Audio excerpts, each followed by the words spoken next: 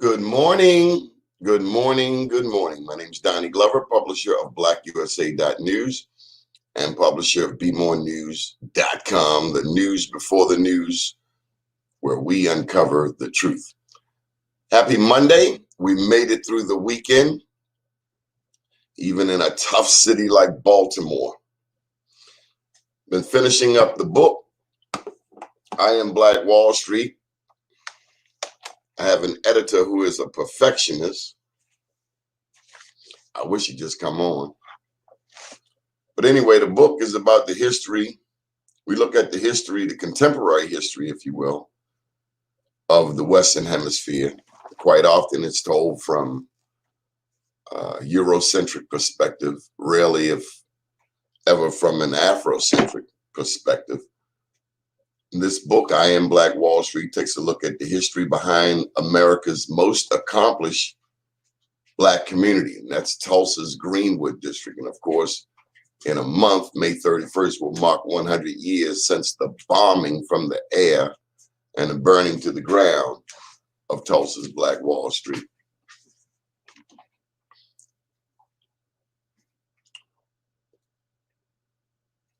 I talk about freedom colonies in this book. A lot of people don't know that Blacks did not just sit down and take slavery.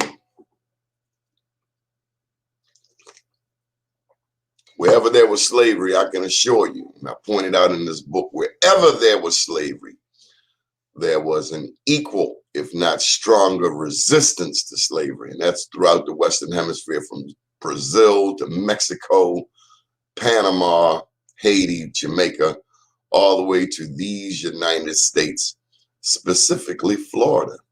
Did you know that Florida was a freedom colony? Did you know that Blacks escaped the South, including South Carolina, Georgia, Alabama, and Mississippi, even Louisiana, to make it to Florida? Everybody wanted to get to Florida for the freedom. In a minute, we'll be speaking with Tony Gaddy. He is the president, CEO of the Upstate, New York Black Chamber of Commerce. We're going to talk about business. Of course, Saturday, we had our third Contractors College. We will be having one more. And one of the issues we're advocating for here in the city of Baltimore has to do with the Maryland, with the Minority Business Enterprise Program. It's run essentially under the mayor's, under the law department. And we're talking about the mayor's office of minority business opportunities. They call it MBOO. But long story short, it's terribly understaffed. And if Black business were a priority, it would get more attention. But it seems that what gets attention is not business, something that we need. It's kind of like your vegetables. City of Baltimore wants to give us a lot of macaroni and cheese and potato salad. But when it comes to that steak, to that beef, that filet mignon, no, Black people, you can't have contracts in the city of Baltimore. You never could, you never will. That's how certain individuals look at it in downtown Baltimore. Quite often they don't look like us, but it's even sadder if they do look like us.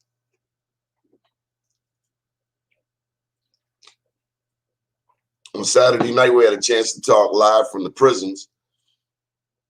We had a young man who was behind the walls, and we will be doing some advocacy in that department, or more advocacy, bringing attention to the lengthy time people spend in pretrial. So, long story short, when they got rid of bails, this was under the last,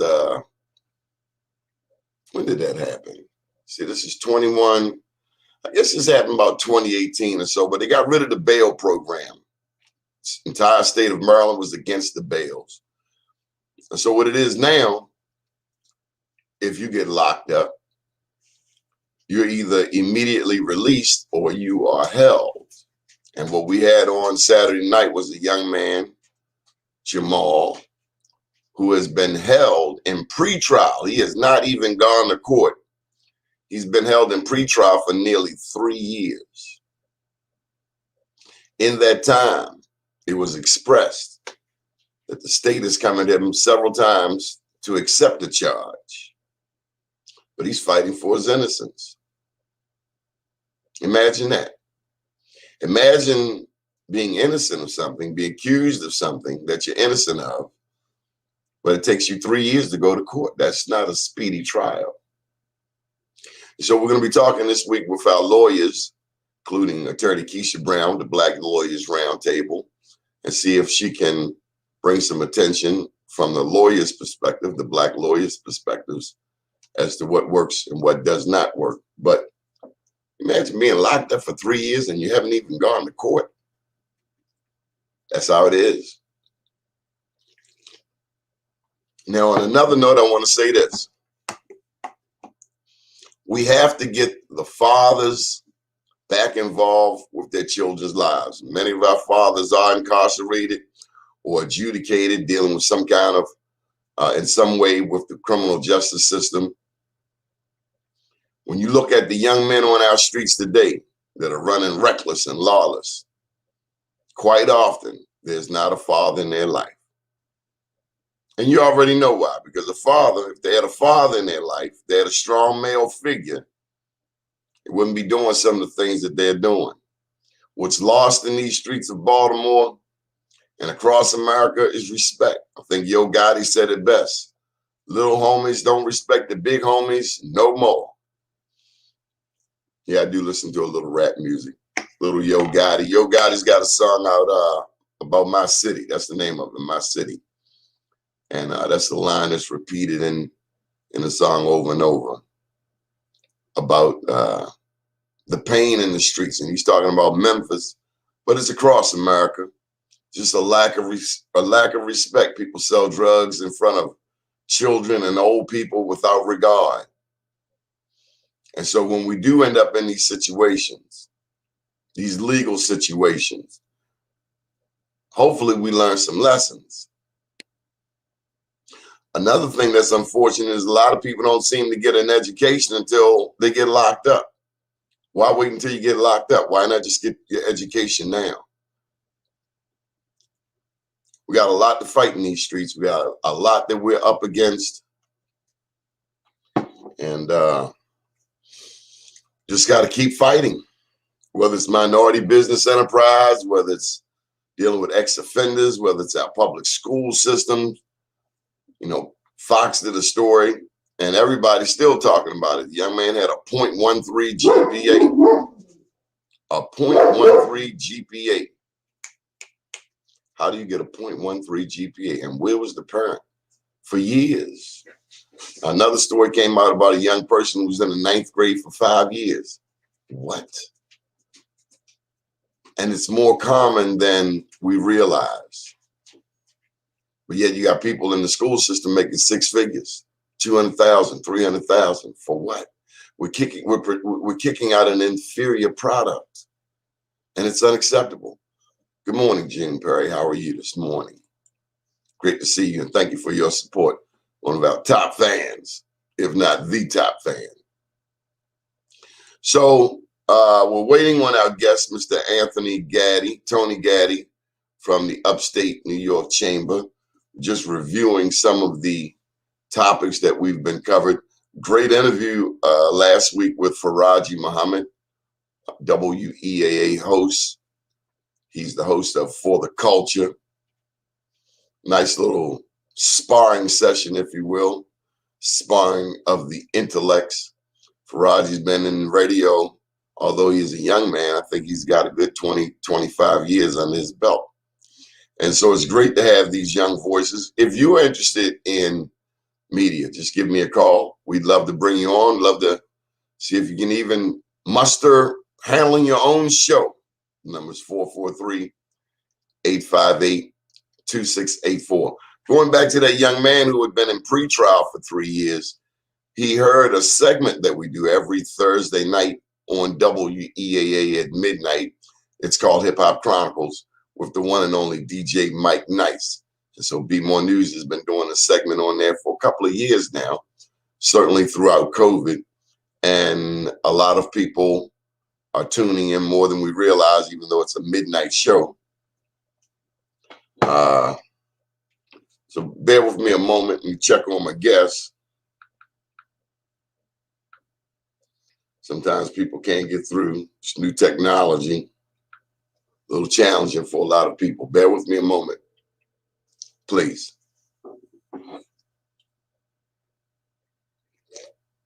How you doing? Are you able to get in?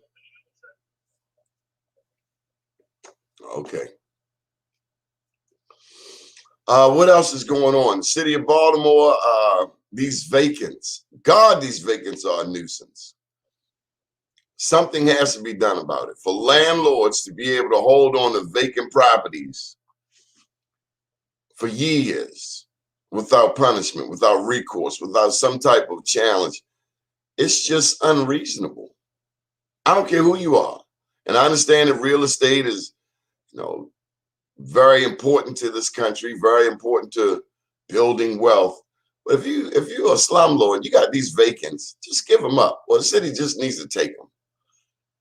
Houses staying vacant for 5, 10, 15, 20 years. It's ridiculous. Where are our priorities as a city?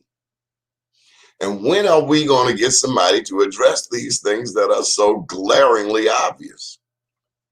Do they not see them? Do they not see the vacants? Every time you turn around, a vacant is on fire. Just last night, right around the corner, right off of Riggs Avenue, vacants on fire. I remember back in 2017, we had about 10 vacants within a 4-square block radius, 3 dead bodies. So if you're a city council person, if you need some things done and you need to get in touch with your city council person, call them, 410-396-3100. That will get you anybody in city government. If you need your elected officials on the state level, call 841-3000, 410-841-3000. On that note, do you know who your city council person is? And do you know who your state elected officials are? Do you know who your state senator is? Do you know who your 3 state delegates are? Voting is about more than just pulling a lever. We have to have a relationship with these elected officials. We need their phone numbers. We need their email addresses. We need to contact them. We need to stay on them. We're giving them a pass, and we should know better. You get what you negotiate in this world. So without further ado, we're going to go to Upstate New York. We have with us Tony Gaddy, President and CEO of the Upstate New York Black Chamber of Commerce. Good morning, Mr. Gaddy. How are you? I'm doing well, sir. Good morning, Mr. Glover. Sorry for the delay in getting here. I had to download the whole app just to get on. So I'm here, and I thank you for the opportunity to speak with you. Okay. Now, your last name is Gaddy? Yes. Oh, there's an extra A in there. So, yeah. Okay. Well, so one A, 2 Ds. Okay. That stands for excellence. So, first of all, a special thank you to our mutual friend, Mr. Ron Busby of the U.S. Black Chambers. Absolutely. Ron has connected us, BlackUSA.News, Be More News, with some chambers around the country that are doing some great things. And I don't say that lightheartedly. Many times our Black organizations struggle, whether it's the social justice ones, there's always a struggle with the local branch of the NAACP to raise money to stay relevant. Yes, sir. But an entity that is not of that ilk, I would venture to say, are our Black chambers. And the U.S. Black Chamber, of course, how many members are there? Over 100? 146, I think, was the last count. And then the Canadian Black Chamber, and then the 6 we have over in Africa. So we're growing. It's an exciting time for us, despite coming off 2020. We're excited about the future. I know it's a no-brainer for you, but for those watching, why is it important that we have these 140, 150 Black chambers, not just here in the United States? You mentioned Canada, also Africa. Why is it important to have a Black Chamber of Commerce? Well, it's very important because our organization, we are essentially the voice of Black business when it comes to advocating for policy, for resources, access to capital, entrepreneurial training. It's important that our business owners have a resource that's identifiable, that can relate to the Black experience, being from underserved communities where many of us are born and raised and still reside. So with traditional chambers, you get a level of engagement and support, but it's only up to a degree.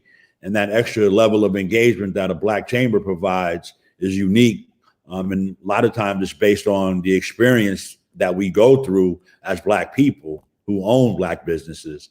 And so our conversations, our journeys, we can relate. And so our experiences, and we understand our conversations are based on shared experiences. And I think that's what gives us a little bit of not a little, but just a unique value throughout the many cities we serve. It's a family. I'm going to take it a step further. We have the NAACP, we have the Urban League, we have the Democratic clubs, and we even have Black Republican clubs. Mm-hmm. But business is the backbone, correct? Commerce, yes, sir. Tell me about that a little bit. Well, our communities, we thrive off the economics, but a lot of times because we don't have certain businesses in our communities, we have to take our money outside of our communities. So the circulation of the dollar within our communities doesn't last that long. If we have most of our community business are around lifestyle businesses, haircuts, hairstyle, barber salons, nails. But we need more than that. We need professional services. So our role as an organization is what can we do to build up different types of businesses in addition to the more established ones that we do have or that we come up through, and having a chamber as the voice and the eyes and ears to look out for opportunities to help train entrepreneurs.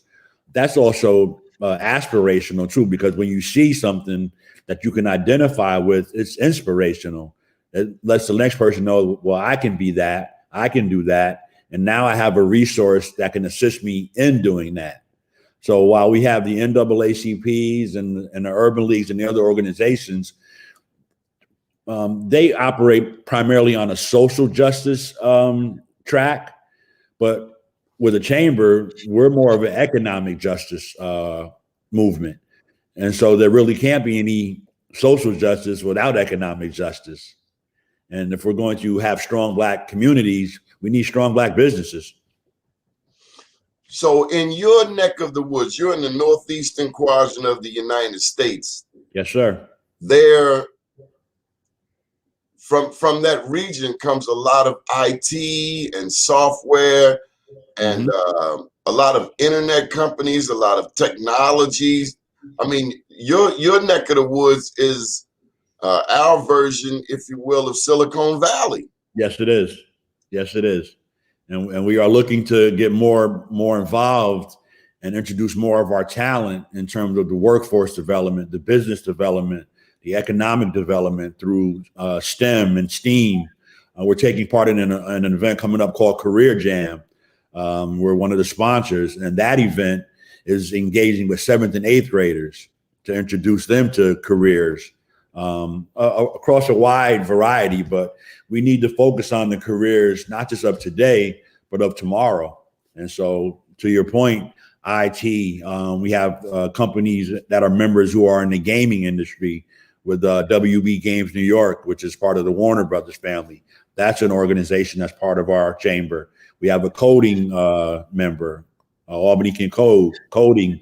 We're talking about that. We're talking about media. So what are the industries of not just today, but of tomorrow? And also when you look at it from the next generation of who's going to be me in this leadership role, or who's going to be the businesses of tomorrow, well, that generation, we need to engage with them based on what they're interested in now, and utilization of the smartphone and technology, and utilizing those tools to introduce careers, because every phone for us is a coder or a filmmaker or somebody that's in engineering technology. So utilizing the resources and the tools we have to introduce them to the workforce and business creators of tomorrow is just as important for us as an organization. While we build today's businesses as well, we have to look toward the future.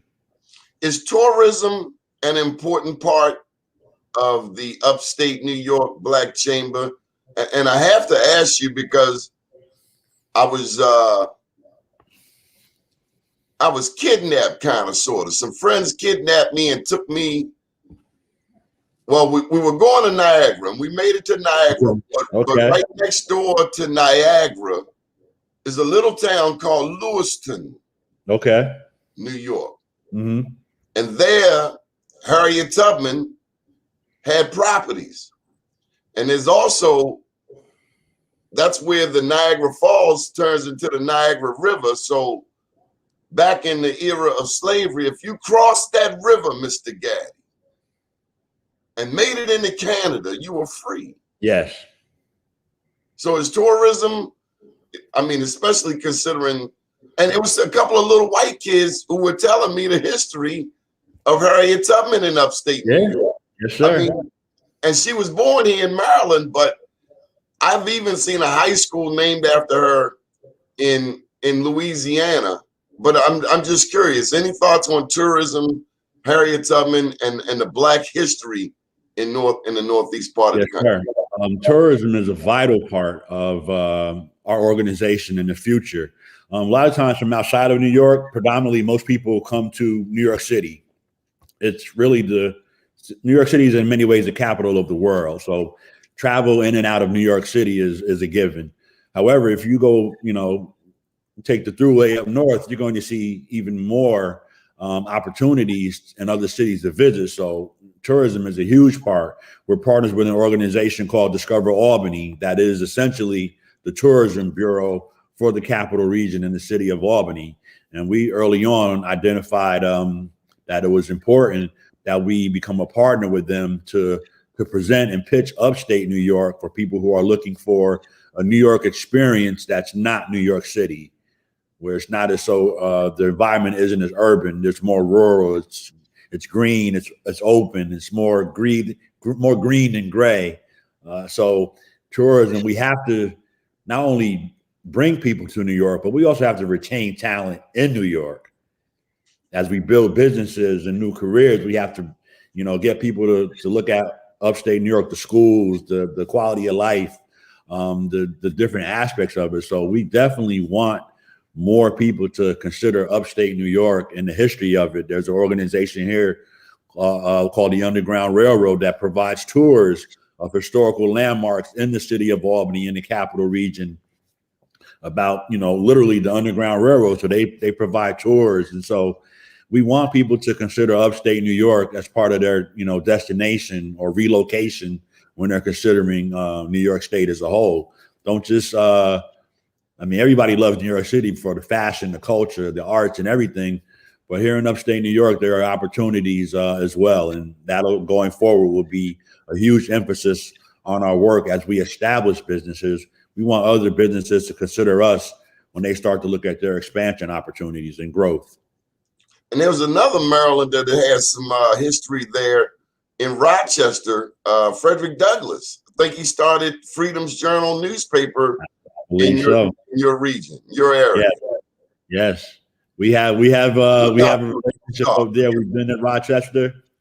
It's part of our market that we serve.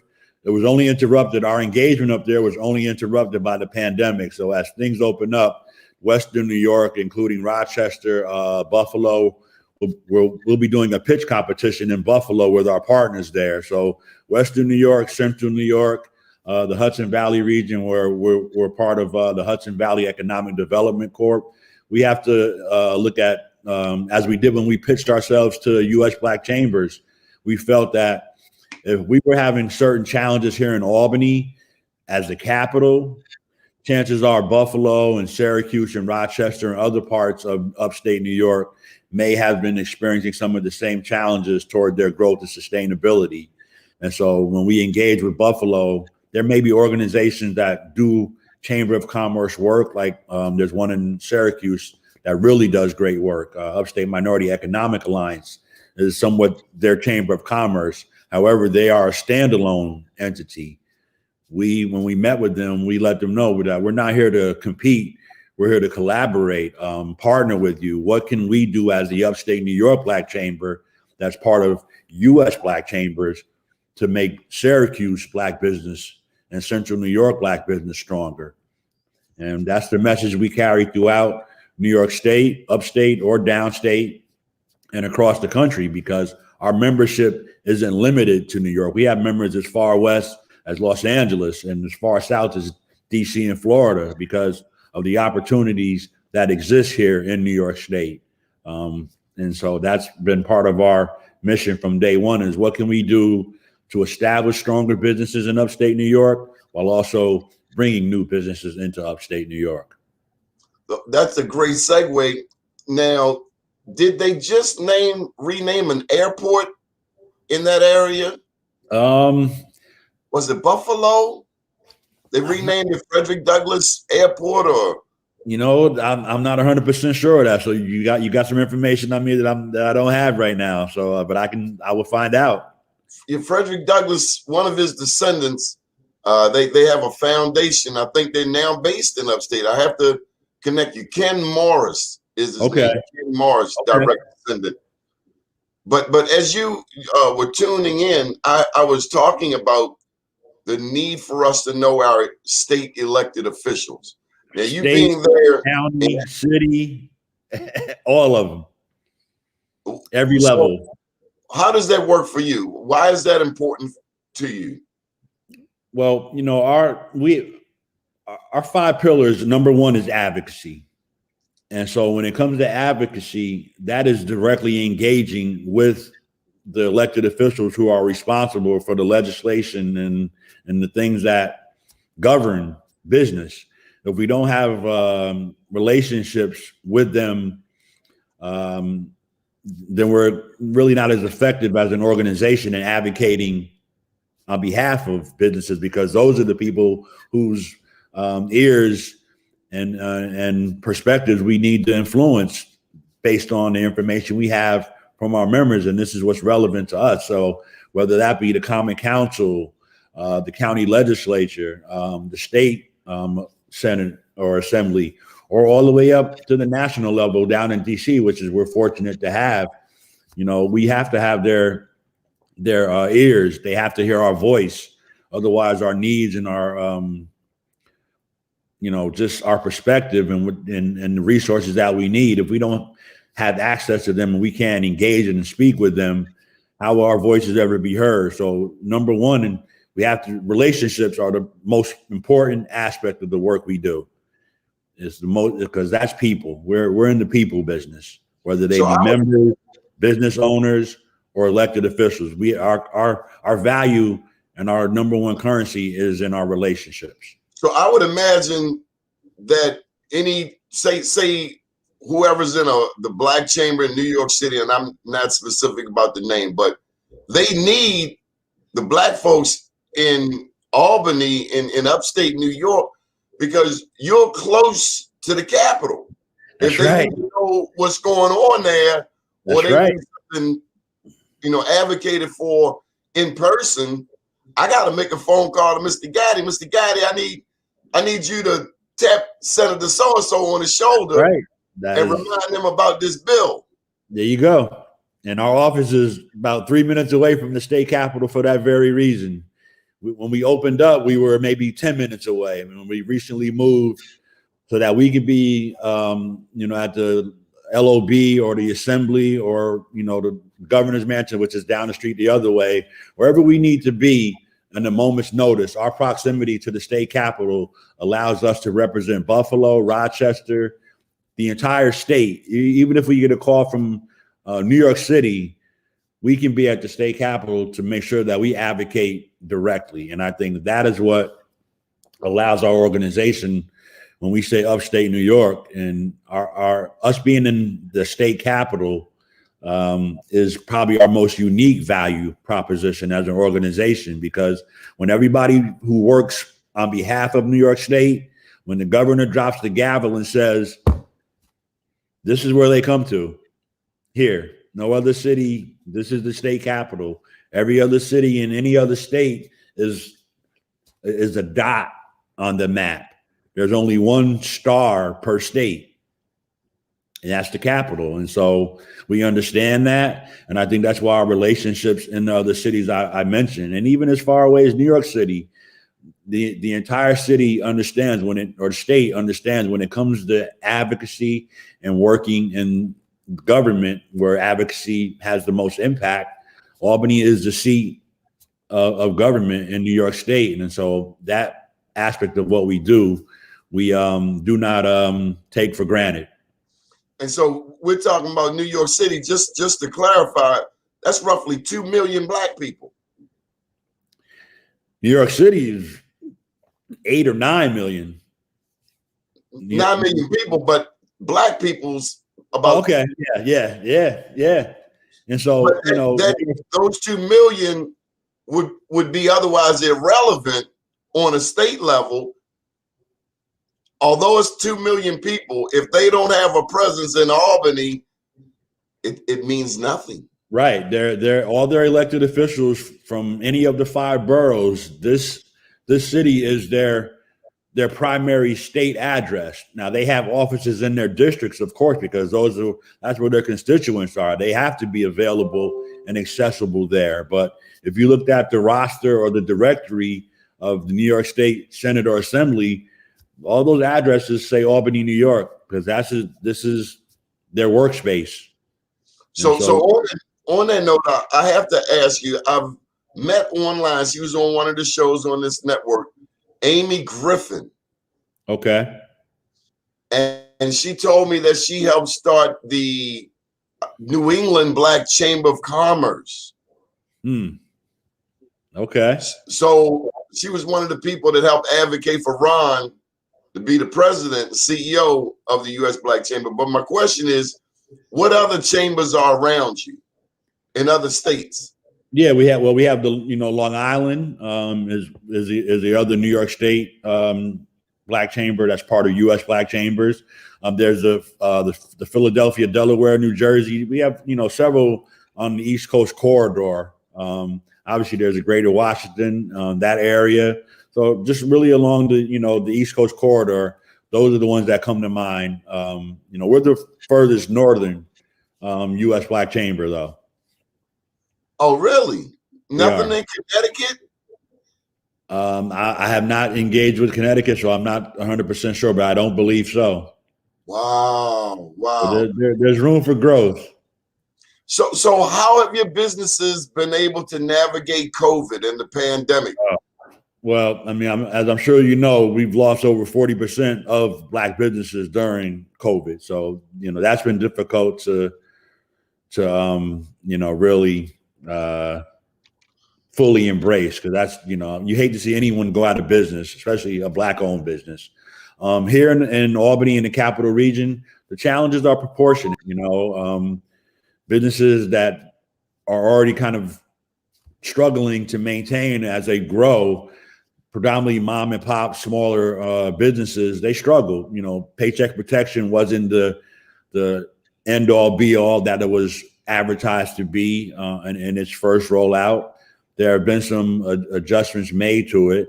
We were able to provide some emergency grant relief opportunities with some of our partners, but it's been a challenge. There's really no getting around it. It's really been a challenge. That's probably the best way to put it. It's been difficult. The businesses that were prepared, as much as you can prepare for anything like this, those who had, cash reserves and things of that nature, had better relationships with their banks or credit unions. They, probably were able to do better in general. But overall, it's definitely been a challenge. Being in business, there's always something to learn. We never know it all. But that's for sure. It's been a year now. And those of us in business, if we did not have a good relationship or a viable relationship with our banker a year later, we cannot have that as an excuse. That's right. That is if we weren't good on our payroll or our paperwork or our taxes, and we've had a whole year. We can't Yeah. use that as an excuse anymore. You can't look at, I know banks are, based on transactions, but at the same time, that doesn't really make it okay for us to be transactional. If you're just in and out of your bank, then you're missing an opportunity to speak with the other people who work in the bank, because they're the ones who more often than not influence the overall operation of that bank. They make the lending decisions, the mortgage lending, the business financing. You have to get to know the place where we keep our money. It can't just be a deposit or a withdrawal or ATM or a drive-through. If you don't get to know the people that are responsible for your business on any level, that's a lost opportunity, because again, we're in a relationship business. Get to know the people who are connected to your business on any level, customer to bank to CPA, attorneys. Get to know people. And so if we missed out in the first round of PPP with a whole year, especially if we tried a year ago and then we found out where we were short a year later, we should be strong. I mean, I can't reiterate it enough. I'm trying to practice what I preach. Always. But Always. We have to consistently, a wise man once said, Ray Haysbert, he said, you have to work in your business, but you also have to work on your business. That's right. The conversation I was having prior to this one, no longer than half an hour ago, that same phrase was spoken. And anytime I hear that phrase, I'm always reminded of the book, The E-Myth, because that was one of the core principles of business. Most of us spend too much time working in our business and not enough time working on our business. And the E-Myth Revisited, really, that's probably the main thing I took away from reading that book, is we have to spend time working on our business, not so much in our business, because the business of our business is just as important. And those are the things we often miss. Is minority business enterprise a topic that ever comes up in the chamber there? That's part of our third pillar, was government contract procurement. So being MWBE certified and positioning yourself to compete for government contracts, or positioning yourself to be a sub contractor. And there's now a 30% mandate that all government contracts, you must bring on 30%, must go towards MWBE. You better believe we talk about MWBEs and MVEs. Absolutely. Mr. Gaddy, they could have a 50% requirement, but what is it that a lot of us miss? You could have all the requirements in the world, but there's something else necessary for that to happen. I think, I'm sorry. I intervene, please. No, it's okay. I think, the MWBE experience, and, we made this people that, are responsible for that, the process of it. A lot of times our business owners are discouraged by the process of going through being certified, because it is extensive. It's also being ready to not only win the contract, but being able to deliver on it as well.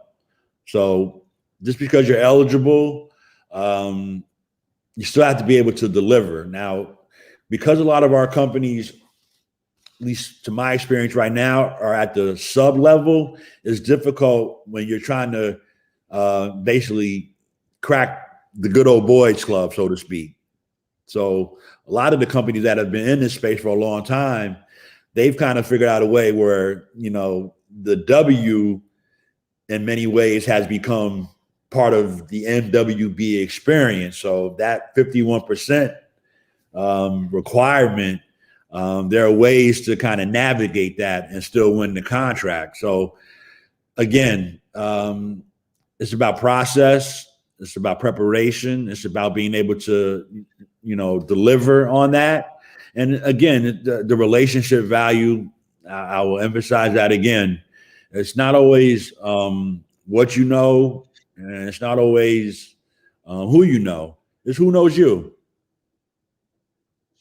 So for those who this conversation may have gone over their heads, when a state doles out contracts, we want blacks to get some of those contracts. But there are two ways that you can be a part of, say, the redoing of an airport. You can be a subcontractor, or you can be what is the prime contractor or the general contractor. Correct. And what you just said is that we are mastering being subcontractors, but you really want to see, and you didn't say this, but it's obvious, you really want us to be prime contractors or general contractors. That's right. And you're describing the challenges in getting to that level. That's a big boy. The big boys are the primes, are the GC. That's right. That's right. That's right. So that's a function of time, being able to build up your business enough so that you can, be the prime, deliver as the prime, and then you bring on the subs. But the growth opportunity is over time and scaling your company and continuing to have success based on the opportunities that you have access to. But as I say, success is a journey. You have to be willing to kind of go through the stages of it to kind of reach, where you're trying to bring your company. But again, if you have the relationships, even sometimes being a sub is not necessarily an easy thing. You still have to, again, put yourself in the position to be successful. Do your research, find out which agencies, because it's not just about building. There are also professional services aspects of these MWBE opportunities as well. So, it's marketing. There's all other aspects of it. It's not just about, development and contractors and such. There's other MWBE opportunities, but there are a lot of state agencies. You got to spend your time. You got to, do your research, get to know these various agencies, the schedules, the timelines, the prerequisites, the documentation. Make sure you have your representation, that knows, your attorney, your CPA. Get all these things you need in advance so that when you're ready, you're prepared. And that's where the chamber is important. Yes, sir. You can meet people who do bonding, who do insurance, who can educate you on bidding, who may have materials, banking, because as the guy from the Oakland African American Chamber said, we need all of those pieces to come together to make a fist. Because if we go out there just with a lawyer or just with an accountant, those fingers get broken off. But the chamber can help strengthen our position. So when one business in the chamber gets a general contract, they can hire people and they can strengthen the ecology, the business ecology of the chamber. So now your lawyer is not doing work for just 2 businesses in the chamber, but now they're doing work for 5 businesses, and their relationships get stronger. And we kind of open a pathway for those behind us. You agree? Yes. We're creating an ecosystem built based on businesses doing business with each other, making referrals. How do if a member is looking for an attorney, my first responsibility is to look on our membership list first to find them an attorney. Anytime a member requests something and we don't have it, well, you've helped us identify something that we need to go out and get as a member. So that members are doing business with each other. Ron Busby shared a story with me a couple of years ago. I'm sure you've heard it. He said when he bought his house, his most recent house, it was, in the words of Jay-Z, all black everything. Mm-hmm. A black real estate agent, a black appraiser, the insurance, homeowners insurance, every aspect of the home buying process. Ron Busby, president and CEO of the U.S. Black Chambers, reported that he had a black person, a black professional in every step of the way. That's called walking the walk. Walking the walk. Absolutely. When you have the opportunity to support black businesses, when your organization is the advocate on behalf of, you do business with as many Black businesses as you can. And if you're not able to do business with a Black business, you do business with a friend who supports Black business. Absolutely. White people can be helpful. 100%. 100%. We need more helpful white people. I told somebody the other last week, their money is just as green. And our businesses, our growth is tied to how many customers, clients we can get into our businesses. If we start limiting our opportunities and our revenue streams based on the barriers that we're trying to break down, how is that helping my business owner or this member be successful? So we need to also, while we're trying to force bridges to be built, we also need to build bridges as well. I want our businesses to be successful. Full stop. I gotta ask you this. We got New York all in your name.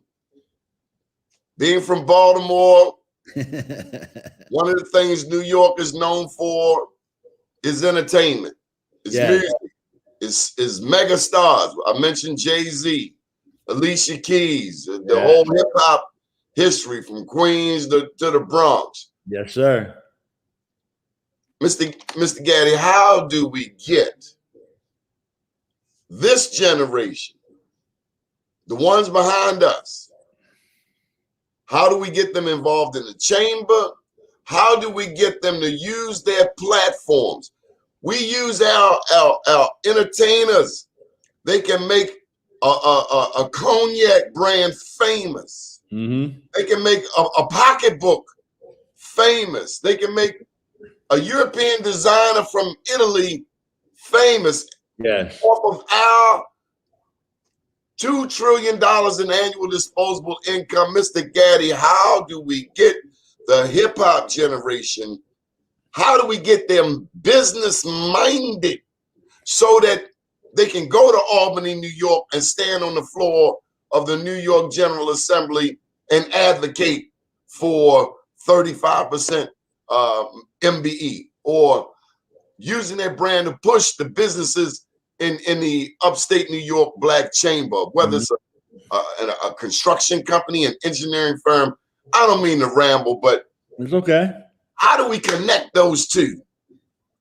I think we have to first and foremost put ourselves in a position where we can actually have dialogue. And I don't think that's necessarily been done, where we've invited one another. We always talk about having a seat at the table, but when is the last time we've had a summit of any sort and there was a takeaway such as an action plan? Maybe there has been one. I know the Revolt conference, there not that there aren't gatherings, but sometimes if you don't walk away with an action plan and then you report back to each other. So now you're holding each other accountable because there's an action plan. There are steps that we need to do. And our influencers are holding each other accountable to certain things. We're tracking and we're measuring. But I feel like if we can all get ourselves together in some capacity, and it's not so much about the entertainment aspect of it, because we can do that. We got that mastered. But if we can get our athletes, our entertainers, our cultural influencers and icons together in a space over a course of time, and we kind of maybe walk away with an action plan.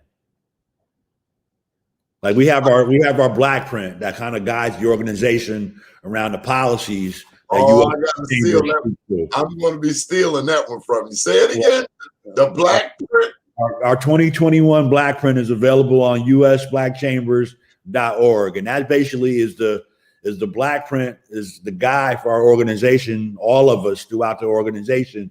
This is what, this is the plan, so to speak. This is what we're looking at. This is what we're going to advocate on behalf of. We have an administration right now that is listening. So I always say we have at least 4 years to make some real steps toward transformation. Maybe we'll get 8, maybe 12, maybe 16, but we know we have at least this 4 to really start to make some steps toward some semblance of balance. When we talk about right now, the conversation is all around infrastructure. And then you're hearing infrastructure is this traditionally, but now as the infrastructure has evolved, people have to evolve with it. So infrastructure for us is different for places whose social infrastructure is doing just fine.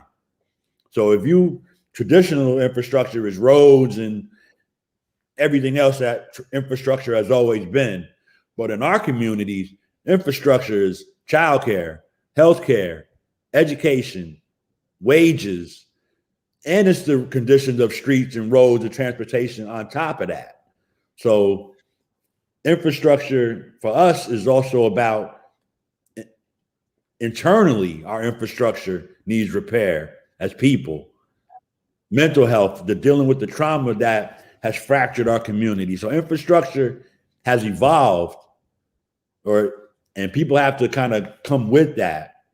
So our organization, we need to kind of get together, especially as Black men, and lead a lot of that healing. I think if we kind of can get into a space and just have the business community, the civic minded, the entertainment, the athletes, everybody's come together and leave the title and all that at the door. And let's walk away with some type of action plan where there are goals and measurables, and we report back to each other based on synergies within the industries we represent.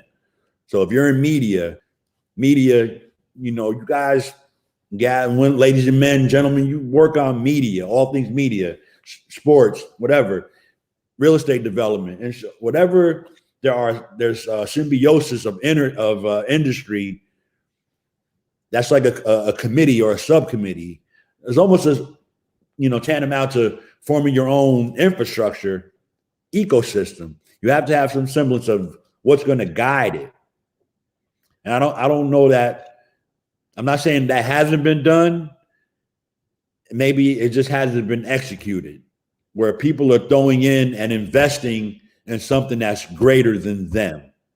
Because it's not for lack of having capital or intellectual capital, et cetera, because we know that the great work LeBron is doing, the great work Jay is doing. The names are many, but it just seems like there's not one global fund or movement that is just not individually led. Well, your group of chambers, the U.S. Black Chambers, is something I'm very proud to be a part of. I've been working with Ron for 12 years or so now, 13 years. I bumped into him literally at the White House. I bumped into him literally out in Portland, Oregon. Ron's everywhere. He's a hustler. Yes. He represents Oakland, but also has Arizona roots.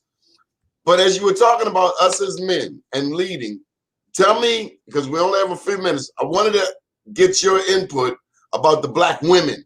This is a new day, from Stacey Abrams, the Auntie Maxine, to the new mayor of Boston, the Black woman. Madam Vice President. I mean, as the son of a single mother, I wouldn't be here if not for the power and grace of the women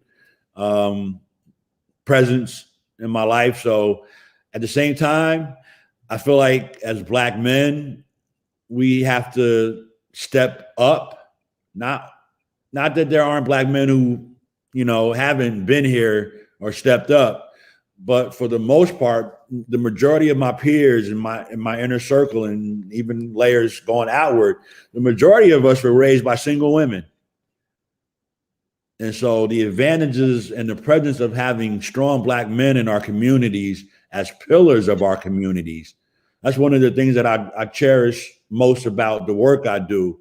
It's important for young men who are coming up to see something that looks like it's successful, but that's not athletes, entertainers. We need them to see us day to day. And I think that's just as important for young black men and black women. And black women need to see that in their men as well, because those are the examples that when they grow up, they know what a good man is, so to speak. With that code, or that honor, the ethic, that work ethic, the discipline. That's not gender specific. Young black men need to see it in black women, and young black women need to see it in black men. So all those, we're all connected. If part of our fabric, if you pull it, the whole quilt falls apart. If you keep pulling, we need to collectively be stitching our quilts back together, black men and black women and brown, and on and on and on, because the human experience is something we all share. What is we got to get our culture. What is your industry? What industry are you in? When I'm not doing chamber stuff, the thing I focus most on is I want to get back into the media space, publishing, TV and film, writing and filmmaking. That's my personal end game, is to get back into being a media provider, music, entertainment, filmmaking, publishing, gaming, just creating, because I know media is such an influencer. It's an untapped market for talent. And if you can take something that people are generally interested in, even youth, that's an opportunity to educate them without even knowing that they're, in class. So you're just the man I've been looking for. When are we going to start our own black social media network? I'm so tired of getting them locked up in Facebook jail. I'm tired of hearing about my friends in Facebook jail. Not regular jail, not central booking, not the Brown State Penitentiary, not Rikers Island. Facebook jail, because we are a little too aggressive for what the mainstream can tolerate. When are we, and it would come from the Northeast region as it relates to the East Coast. Any thoughts on that? Yeah, like I mentioned earlier, a member Albany can code, and they've expanded into the Kingston market with Kingston can code. Internally we've spoken about it, but we haven't spoken with Albany can code about, first and foremost, what it would take, from an investment perspective. But I do think there is something that we probably need to pursue. But I first want to get into the coding aspect of it, not so much the social media, but I want to know the engine, because that's where the majority of the talent needs to be developed. Who's going to design this platform? That's where the workforce is. The execution of it is something that, down the road we'll learn more about. But where is the talent? And then obviously, I don't know how much it, the type of investment it took to launch a Facebook or Twitter, but, I would love to have a platform that, again, is for us, by us, and unique to us. And stay tuned. That's probably the best way I can answer that, because when we get into all things media, all things are possible. We're 13% of this country's population, but we are very successful when it comes to navigating. I mean, just think about it. Although we are 13% of this country's population, we have an incomparable influence on language. Words that we're using today, in 2 years, they'll be on television and mainstream media. Yeah. I mean, even hip hop culture, I remember Biggie said, whoever thought that hip hop would take it this far. One of my favorite lines from Notorious Big, is that this culture that is hip hop is more than just about the music. It's fashion, it's the art, it's lifestyle brands, it's language, it's so many things that we bring to the table as a culture, and not to mention the $2 trillion that we spend on the culture. But now it's about, all right, out of that 2 trillion, how much of that is equity in our own companies? That's what I was thinking. You think of Africa. Africa has all of the natural resources, 54 countries, and everything from the materials in a cell phone to what's needed for satellites comes out of the ground. The oil in Nigeria. Right. But we have these natural resources. What we have not mastered is the refineries, is the process of getting that raw material to market, getting that coding to market, getting that coding to translate into the black Facebook or the black TikTok. Right. We make everybody else's stuff strong. Yeah. When are we gonna start at home? Well, you know what? This conference, that what you're saying reminds me of the TV and film industry, when we don't have our own distribution or our own masters. Like Anita Baker says, she don't own a master. Stop buying her album. Right. So just if you don't own your intellectual property and you don't own the distribution of it, you're always waiting for a check to be mailed to you instead of the checks you're writing to others. So it's a distribution. How do you make sure you manage where your inventory product goes that you should own? It's yours. What's yours is yours. But sometimes there have been instances when we had it. We had the football in our arm. Tulsa's Black Wall Street coming up in 31 days or just over a month. Yeah. You know, the 100th commemoration. We did build it, and the Sons of Guns burned it to the ground. Or there are other instances where we just can't get in the game, or we're being blackballed, whiteballed, or what have you. Or we just don't have the capital. Our credit is bad. Right. I mean, there's always something. But even when we did it the right way, the Sons of Guns, like I said, burned it down. And my man Michael Haney said, we need a revolution. That's what Arnie Maxine said. Mm-hmm. I think I don't disagree with that. I guess what I would say is we need a revolution, but we need to plan on how we're going to execute that revolution. Yeah, because we don't want to go from chaos to chaos. And that's not conducive to our growth and our evolution and our progress. So with the revolution, there's evolution. And what is our strategy? What's the end game? Who is going to be, if you're talking about revolution, you're talking in military. So we need generals, lieutenants, and sergeants. And we need people have to play their roles. Everybody has a role to play in any organization. I tell you what, I'd like to see a revolution in the black beauty industry. I think of what Annie Malone, the matriarch of the black beauty industry, she mentored Madam C.J. Walker. We started a multi-billion-dollar industry, and now we have none of it. Yeah, we don't make the products, we don't sell them. It's funny you mentioned that.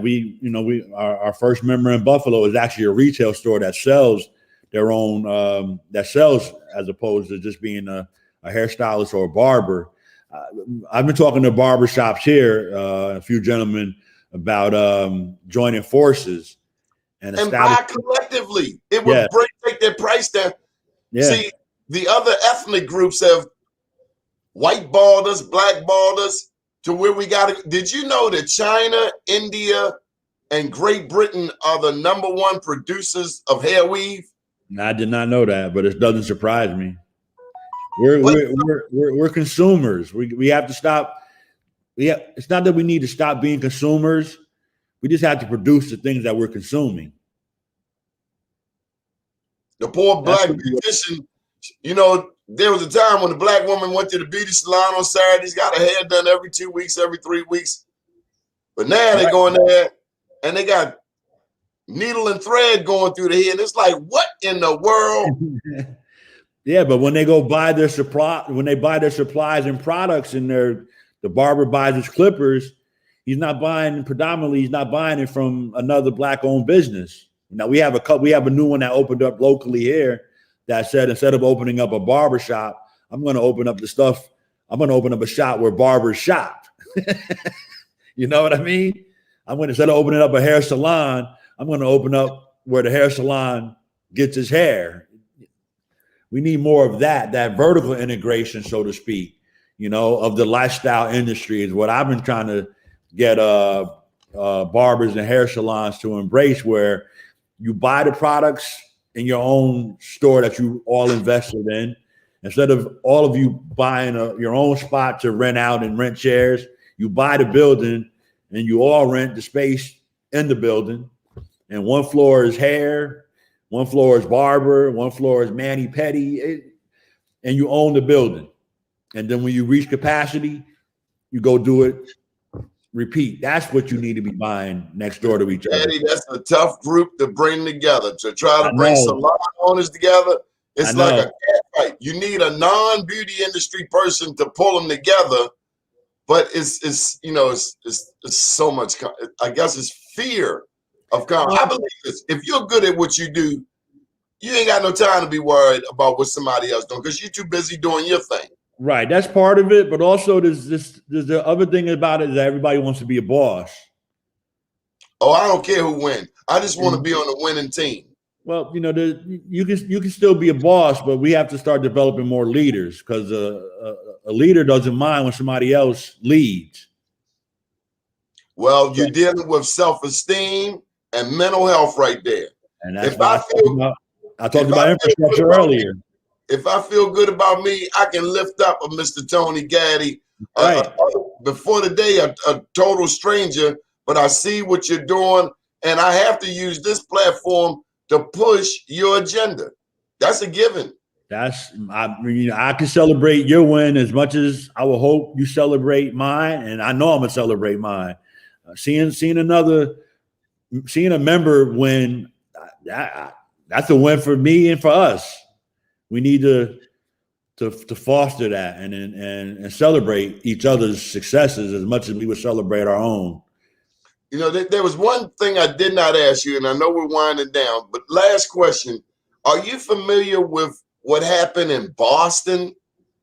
I thought I read where a Morehouse alumni, a guy named Segun Idawa, I believe I'm pronouncing it right, where they sued, some black contractors sued the city of Boston and got like $1 million because Boston had not been meeting their MBE requirements. No, I'm not familiar with that story, but again, that does not surprise me, But again, if you're aware of it, you got to hold people accountable. So whoever, good on the person who brought that to light.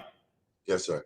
Mr. Gaddy, any final thoughts before we go? And thank you for taking the time out to join us today. Thank you. If there's anything I would add, I would just say, wherever you are, it's important that we have strong Black businesses. Do everything you can to support Black businesses. If you're inspired to start one, do so. But when you do so, make sure you seek out the support that you need to succeed. And that's where, Black chambers and other organizations that exist to serve are here. You have to just kind of do your legwork, be disciplined about it, stay connected, and just believe in yourself, and just if you have something in your heart, pursue it, because chances are it's there. It's there, and it's important that when you receive help, that you also give help. Just so you know, here in the city of Baltimore, there's a famous Gaddy that everybody knows. She is the Mother Teresa of Baltimore. She's long gone, but her name is B. Gaddy, B-E-A Gaddy. And she's known for feeding thousands of people on Thanksgiving and throughout the year. She's a patron saint here in Baltimore. Beautiful Black woman. She was a councilwoman, long gone, but they still have the B. Gaddy Center. Well, how about that? That's your namesake. I have to look into that. Well, thank you for telling me that. I appreciate that. Yes, sir. Mr. Gaddy, thank you so much for taking the time out to join us this morning. And any contact information you want to put out there? Sure. You can reach me at Gaddy, G-A-D-D-Y, not two A's, G-A-D-D-Y at USNYBCC.org. Good deal. Mr. Gaddy, have a beautiful day. And people are watching from all over the country. I've talked recently with some of your friends out in Oakland. That Oakland chamber, oh man, they raised $1 million. That chamber, there are certain chambers. When we went to the annual conference back in 2019, there were certain chambers there that when we left there, we were like, that were like, that's who we want to be. When in 5 or 10 years, and that was Oakland was one of them. New Orleans was another one. There were just certain ones that, and they embraced us right off the bat. And when we left there, we just kind of followed them and that we should do it like they do. And so Oakland, my man Ken out in Vegas is another one. New Orleans, the Heartland one with Vita, Buford with Larry. There are so many. I could go on, and I mean, there's just so many examples within this family of chambers that I'm so honored and humbled to be a part of. I can't let you leave out Dallas because they're the first. They got the first. That's right, Charles. Yeah, that's right. That's right. Oh man, Charles. Yeah, Mr. O'Neill. Yeah, you're right. You're absolutely. Florida, Miami. I mean, we could go on and on about so many different ones.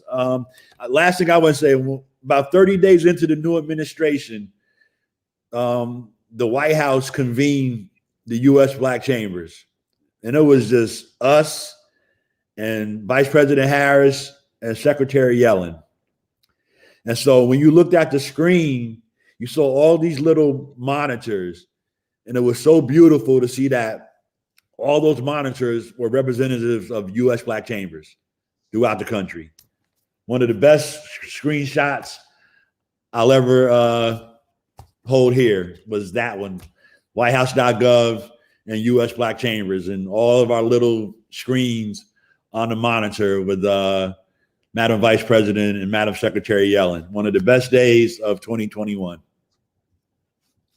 We can't let them off the hook. That was nice, but we need that more. We needed more. Just like Wall Street got the bailouts, our black businesses. See, politics without economics is nothing. It's meaningless. Right. So I'm glad she made it our way in the first 30 days. We need to see her again because we got a whole lot of stuff to do. My first day of political science class at USC, the definition of politics was explained as the science of money. Yeah. Of economics. Of scarce resources, who gets what, when, and where. Yeah. And if Biden doesn't owe us, we got to do more than say he owes us. We need to go press him. We need this. We need this. We this is what we need, and push it before him. Don't let him off the hook. And all that nice guy, I ain't from that nice guy. You better advocate, better be aggressive, because those Republicans, hey, look, Trump had no problem taking care of them. Now, Obama, he wanted to be kumbaya. Okay, that don't work. We know it. It don't work. You got to be up in their face. Give me my money. Aggressive. You got to be, you have to push. You have to push. And that's what that's our job as an organization, as the chamber, is the push. Advocacy can be gentle and it can be abrasive. It's really, at the end of the day, it's about the results. Not how we got here, but did we get here? I've learned you get what you negotiate. And too often we don't ask. Closed mouth don't get fed. That's right. That's right. Closed mouth does not get fed. Good deal. Mr. Gaddy, have a beautiful day. Thank you for joining us to stay. And we'll be back this evening at 7 p.m. And we have to bring you back. Anytime you have an update, please feel free. BlackUSA.News. We will be here for you. Mr. Glover, I thank you so much for your time and your treasure, sir. I really appreciate it. It's been an honor. Bless the Lord. Take care. Have a great day. You too, sir. Yes, sir. Thank you for watching Black USA. We'll be back tonight for Town Hall at 7 p.m. Have a great day.